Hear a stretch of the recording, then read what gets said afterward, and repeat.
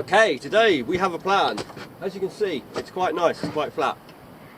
The wind is presently that way, but it's going to go that way behind the land, which is going to shelter us. So we're going to go over that way, behind that bit of land. And I'm going to go and give it a try first of all for wrasse. Now, I've got some frozen velvet swimming crab. I sometimes keep just a handful out the pots, just for these sort of things. You just got to make sure they're the legal size if you're going to take those. Now, yeah, we're going to go for some wrasse. The idea is, every year, well, it's coming to the end of the season, every year at the beginning of the season, I never have any bait because I don't have a lot of bait. So we're going to go around and see if we can get a few wrasse to put in the freezer for next year for the lobster pots. Because obviously wrasse is one of the best baits you can get. Two, it's not fished for commercially here. Unlike some places in the UK where it's fished for commercially for fish farms of all places, here it's not. So it is a sort of more sustainable resource around here. The only other one really is sort of something like a conger. Apart from that, you know, you catch other fish now and again that I can use. It doesn't last as long though. I mean, like a wrasse can go in a pot and be in there all week. Something like a mackerel is literally one day. So, and of course there isn't any mackerel at the moment more than that. I'd also like to try for some pollock, but that's more for eating. Again, I don't like putting sort of, if I can help it, I don't like putting food fish in the pots if it's a good fish for eating, for obvious reasons. So it's trying to get that balance of what to use, when to use it, and that. And like I say, wrasse is one of those sustainable ones. It lasts a long time, and it's not fished for that much. So anyway, we're going to try and do that. We'll do that for a bit. We're not going to fish for loads. We don't need loads. I mean, if we could catch half a dozen decent sized ones, I'll be happy with that. That's just something to get me, like I say, going next year. Because I mean, half a dozen, first few pots. That's going to do a week or two in the pots. Just half a dozen. So if I get any big well, I say big congers, any congers, I might keep the odd conger as well. Although they're a lot more work because obviously they're a big angry eel that's you've got to get back and you've got to cut it up and they're slimy and all the rest, and it's just hard work. And they're not the greatest of baits. They do work pretty well though if you let them decay a bit. You don't want them fresh in the pots, that's for sure. And after that we're going to come back. Well, we're going to do either the pollock or the wrasse first, then we're going to move back and then we're going to try for a bass. Now bass, I need about anywhere between 5 and 8 fish if I can manage it, and if I can't, well I can't. But I've got a couple of ladies who want some bass, and one of them wants 2, the other one probably want about 3 or 4 normally, of the size that we're catching, which is sort of 2 to 3 pound range. Obviously if I get a big one then I only need a couple of bass. So we'll see how we get on with that. Again, and all these things will change, or can change. Obviously if I go out and I come across a shoal of, I don't know, bonito or something, then I'm going to fish for those, because, or, you know, I would say tuna, but I'm not allowed to fish for those. So. But, yeah, we'll see how we get on. Anyway, let's get going. The more we stand here chatting, the less fishing.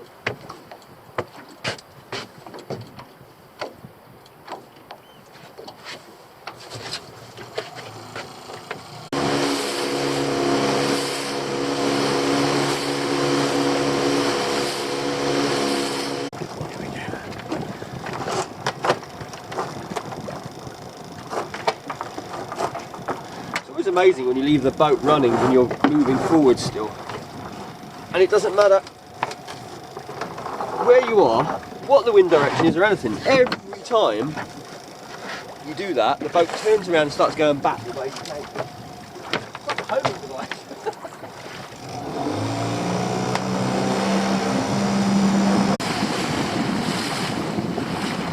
Now I've probably showed it before, but well, I know I've showed it before. But when you're anchoring in rough ground like this, just use an old anchor that you've got. Don't use your best anchor if you can help it. Also put a breakaway on. This is just like tied to the top like that, but it goes through, come a bit closer, it goes through just a string like that. So if you get your anchor stuck, you just pull it back like that and you'll snap that off, get your anchor back. You usually do, but most times it comes out. It's just that one occasion it will get stuck in a rock and then you end up losing your anchor. You can even use a concrete block if you like, just for this sort of thing. If you're just stopping for a bit of fishing like this. Use what works for you.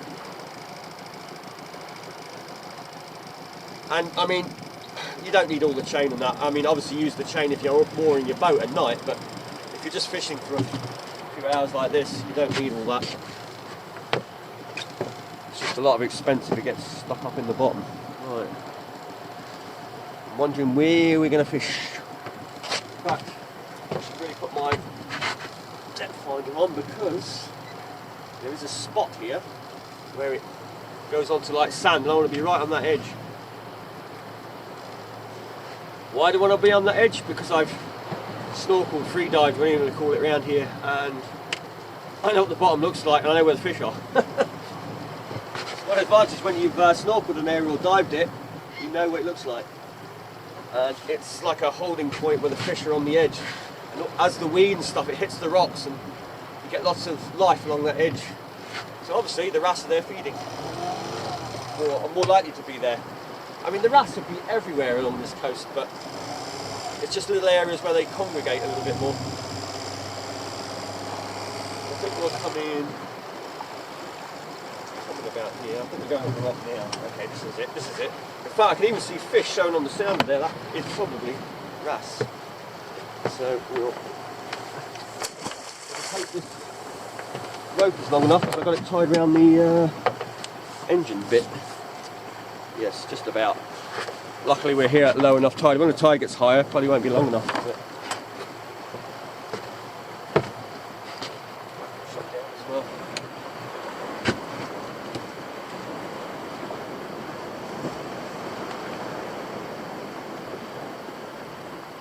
I tell you, it brings back a lot of memories along here. So this used to be where I spent a lot of my time, down around here. Low tide, I was walking all the way around the rocks. You can get all the way around over there, but obviously you've got to bear in mind the tides. But back then I'd practically be sprinting across the rocks. You know, I could run across the rocks. I got so used to it, I wouldn't want to do it now. Not run across the rocks anyway.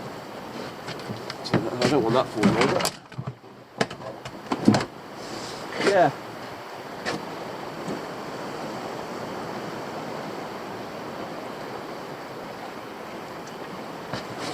Right, just defrosting the crab. I've got this same setup, just a sort of paternoster kind of thing with a sliding weight on it, just to, so it doesn't pull the weight. And 1/0 hook at the moment, could go bigger, but this was already on here, so I'll use this. Spark plug as a weight, just to save on losing leads.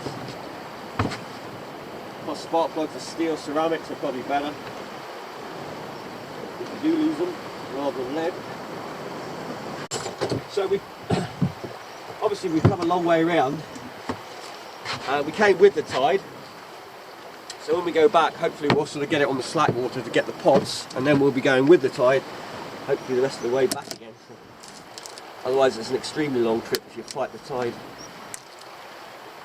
So I'll just cut this crab up into quarters because it's a big crab.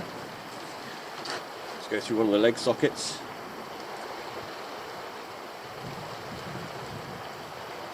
Side like that, that'll do. Now, I'm kind of not really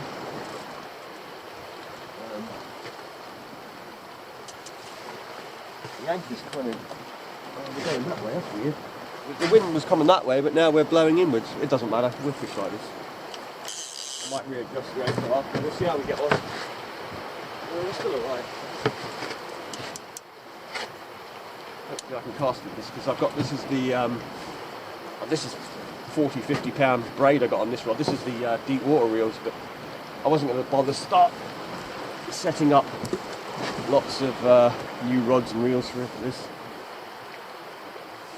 So it's only going to be a sort of shortish trip. So I want to get out there and I'll see if there's some pollock, and then I want to get back round for the tide, see if there's a bass or two. Now it should be about the best time of year for wrasse, because it's normally when the water's at its warmest, which should be around about now, so the end of the summer. Early on in the year you struggle to find anything here, because they've all moved out to deeper water.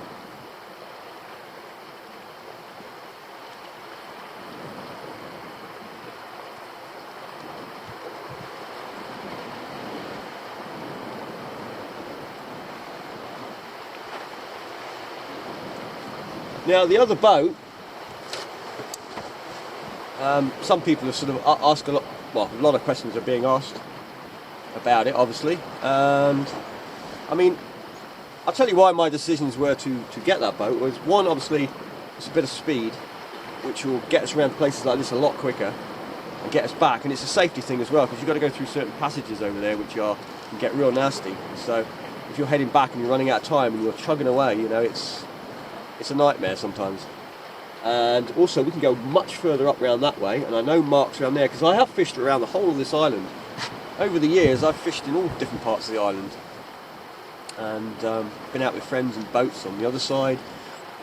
My father had a boat on the other side down that way, and of course I've had a boat out round this way for years, so I know a lot of other marks and that we can go to and have a look at, and different kind of fishing, which would be good. So it kind of gives us that range as well. As far as the pots, I'm going to cut back on pots, obviously for the back and that kind of thing. But at the same time, if I can get my pots as efficient as possible, then I don't need so many pots.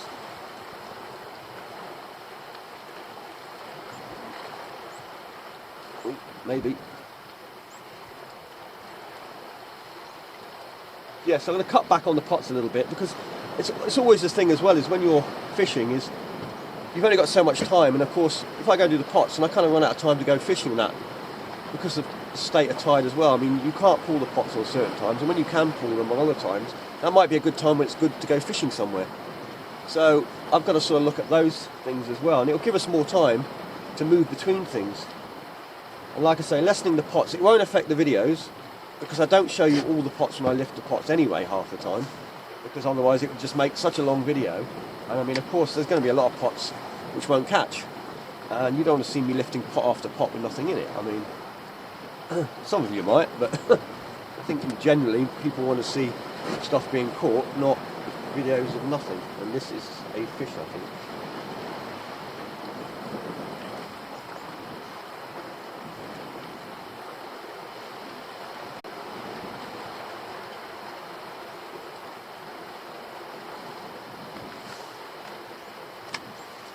Now I've had a few comments on things like removing the floor, bad idea. But what you got to understand is that floor that's been put in there is not an original floor. That does not belong in the boat. The floor for the boat is actually under that floor. All that floor does is raise me up 4 inches. So when I'm standing here, I'm basically 4 inches higher, which is more of a hazard than anything. On top of that, it's a wooden floor, and when it's wet, it's more likely to be able to slide around on. I'm going to put like a rubber matting, I've decided on that, over the original floor all the way up, which will make it nice and give you some good grip on the floor. Plus it'll protect the floor when you pull pots in and put them on the floor, that kind of thing, you know, when you're banging pots around. So that's why we're going to go with that. As far as pulling pots up in it, I mean, you can pull pots up in a pram dinghy or a 6-foot punt, you know. It's all about balancing your weights, that kind of thing on the boats. And I mean, you see me pull pots up in that aluminium boat. The main thing with the boat, it's got a nice keel on it, and when they've got a nice keel, they tend to be stable. Now I know it's not going to be as stable as this, but the stability in this is obviously the keel, but it's also the pure weight of the boat. But that weight is also a disadvantage. It makes the boat slow. This boat could not go any faster, not without burning excess amounts of fuel. Being displacement, you're only going to get 7 or 8 knots out of this boat. I used to have a 15 on it, but it pulls the boat up at such a bad angle, and I used to burn twice as much fuel when I had the 15 on, pretty much, as I do with this one, which is the 10. And I pretty much get the same speed. In fact, when I went through, because of the high thrust prop on this, when I go through tide, I would actually do better speed with this than the 15 because of that prop.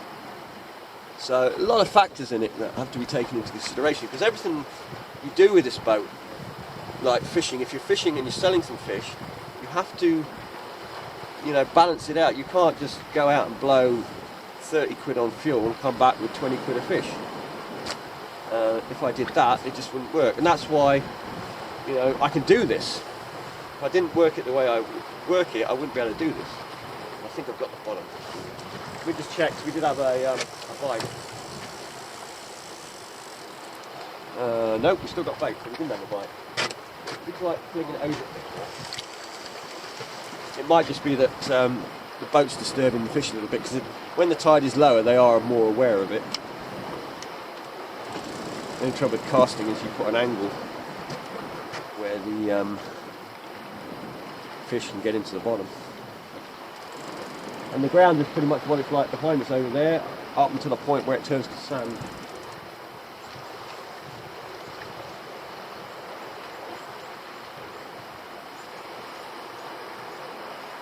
Now I will look at putting some kind of winch on. I've got to think about this. I have seen ages ago, it's like an anchor, like a winch for an anchor, a little motor for an anchor. And they did actually, it did seem like a really good idea. It's like an aid, it's not a winch, well it is a winch, but with the pot system, you put the rope round it and then you just pull it, but it takes all the weight. Now, I did see these, and they did actually, because people started using them for pulling pots and that, they actually did one for pots, and they're not as expensive as the big, you know, sort of commercial winch kind of style with the davit and that. But the other problem with them is they're made in America, and trying to find one in the UK is the issue, is getting one over here. Because to be honest, I mean, that wouldn't be a bad idea if I can set it up, and they're not, you know, they're like that, and they would sit somewhere on the boat, as opposed to having a great big arm and great big winch wheel, and if I had to have one with a motor in front, it's just a lot of hassle, put it that way. But we'll see where we go from there. Again, it's all down to finances again, because you're looking at a winch, you're looking at least £1,000 on winches. And I mean, that's a lot of money. It's a lot of money that can be spent on other things on the boat. You know, because obviously you've got the upkeep and things like doing all the engines and keeping the boat in order and fuel costs and all that sort of thing. It all has to be taken into account. The same when you're building pots, you've got to spend money out on making the equipment. I mean, normally you'd spend out buying it, but I think pots now here are around 70 odd pounds a pot. I mean, that's just a pot. You haven't put any ropes on it yet, or bobbers. Mine, I build them for about £25.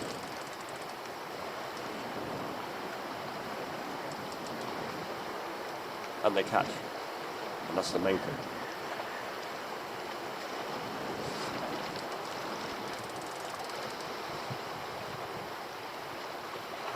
I don't think we drifted that far over, but the line's sort of slackened up a lot. When the fish grabbed it and swam towards us.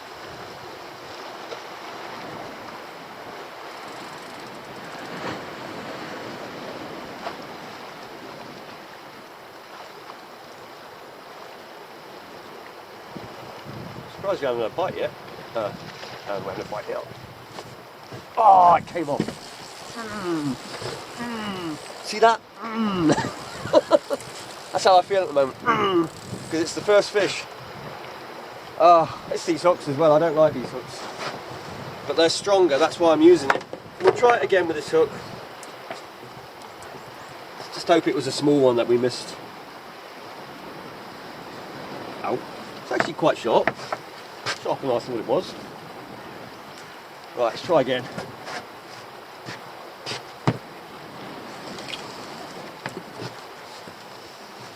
Oh well.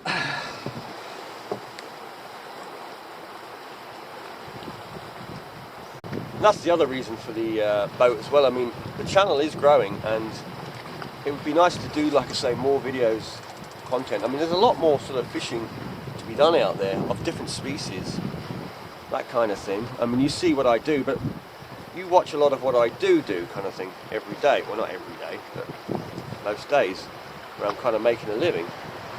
And being that the channel's going quite well, then, you know, I can invest a bit more time into the videos. Plus, doing fishing videos is actually a lot better for my back than pulling up crab pots and things. Oh, we're into a bite already. The thing is, with the back, it's not going to get any better. I know that. I mean, it'll heal up. It's not going to be like, well, I hope it's not anyway. It's not going to be sort of, it will heal up, but the overall thing, as I get older, it's not getting better.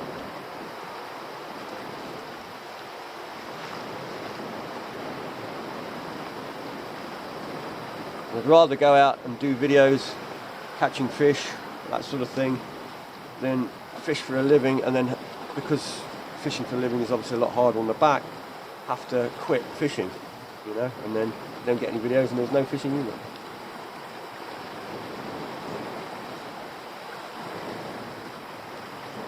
Anyway, we'll see how we get on with the boat. Obviously, if it doesn't work out, then I'll sell it and buy something else. But we'll try it for a season. Boat did have a bite, but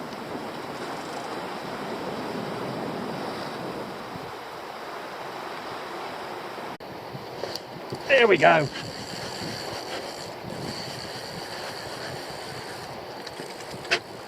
Not a big one, but there we go, finally. That was a lot of work, but we got one.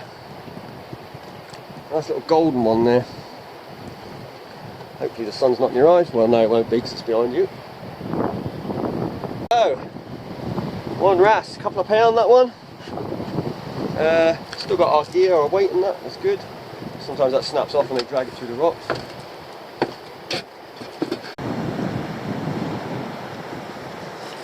Bait. That's a lot of bait you got. Very sneaky fish.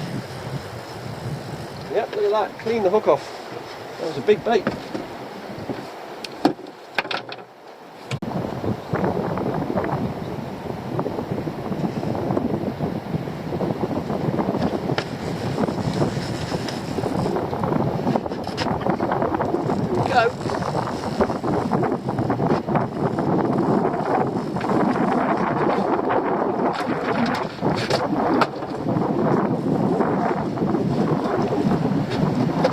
There we go. That's more like.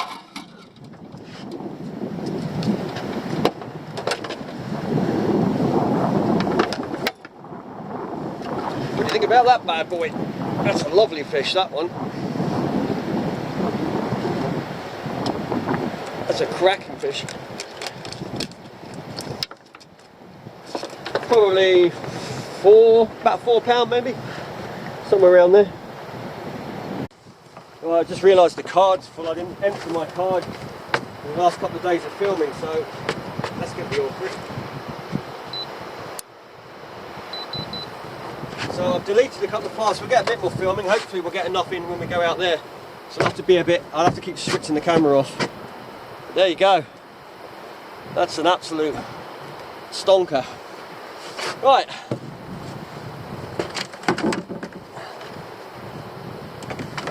Get moving if you want to get to those pots. Do a bit of fishing on the way.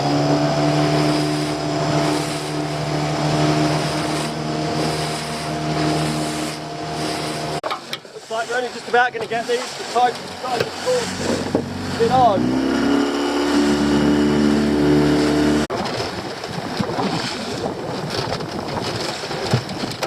Just to prop the legs.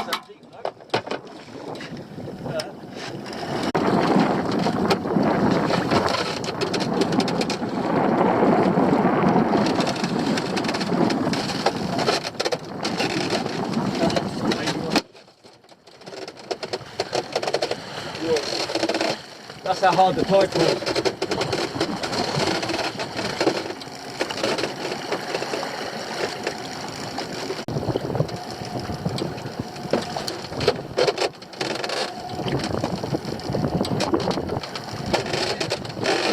So there you go, 3 or 4 days, one tiny lobster. Not worth being out here. But this has been it pretty much the last few years out here. I used to come out here for brown crab, but I just don't see them anymore. I mean, you literally don't see them anymore, not even little ones. Right. There we go, one tiddler. Right, let me get this sorted out.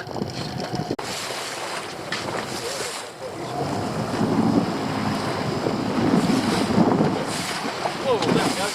There we go.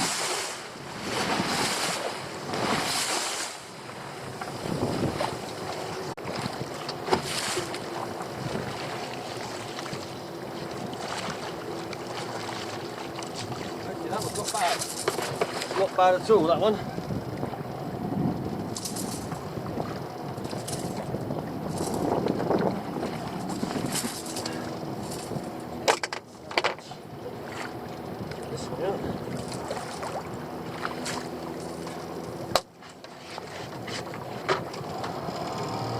running this other lure down. Just want to get a size check on this one, so I think this is a decent one.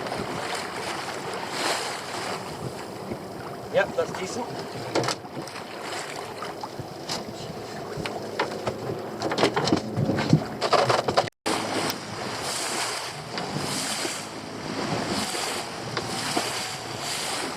Nasty rocks, raw. Fair bit of water, you get the clout.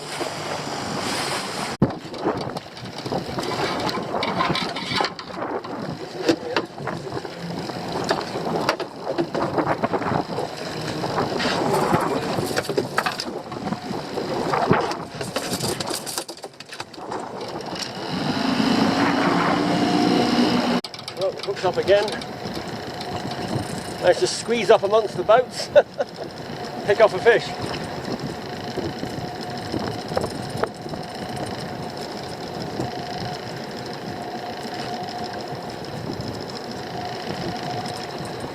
Like I say, as soon as I've got about 4 or 5, if they're big enough, I'm going to leave. It's all I need.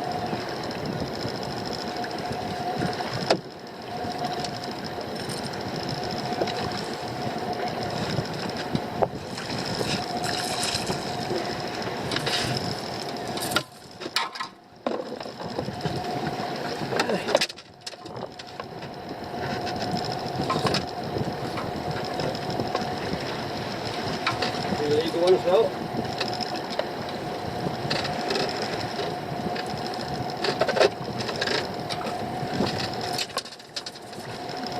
There we go. Nice one there. Yeah, well overleaped.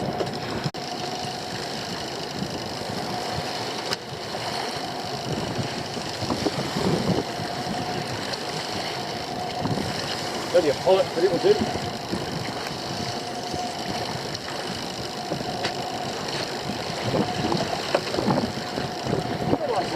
Pollock, I tell you, that's a beauty. That's a beauty.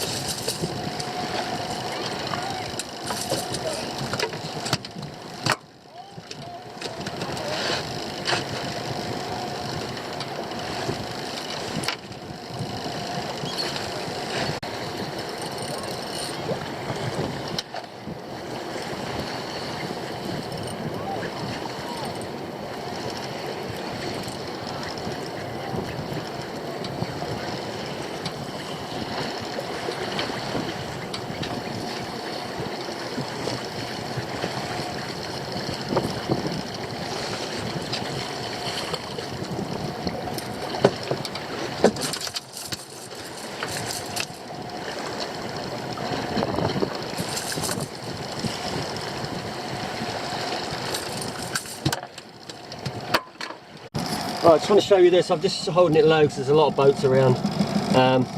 Just had a nice big pollock a minute just before, and then straight after that we've had those 2 bass, and that gives us our 5 that we need. I think so anyway, I'll have to check. But I'll try a little bit longer. I can always take an extra one, but yeah, we're pretty much done. So we're going to head back in shortly. Like I said, I'm just going to give it a little longer just to see if there's any real big ones turn up.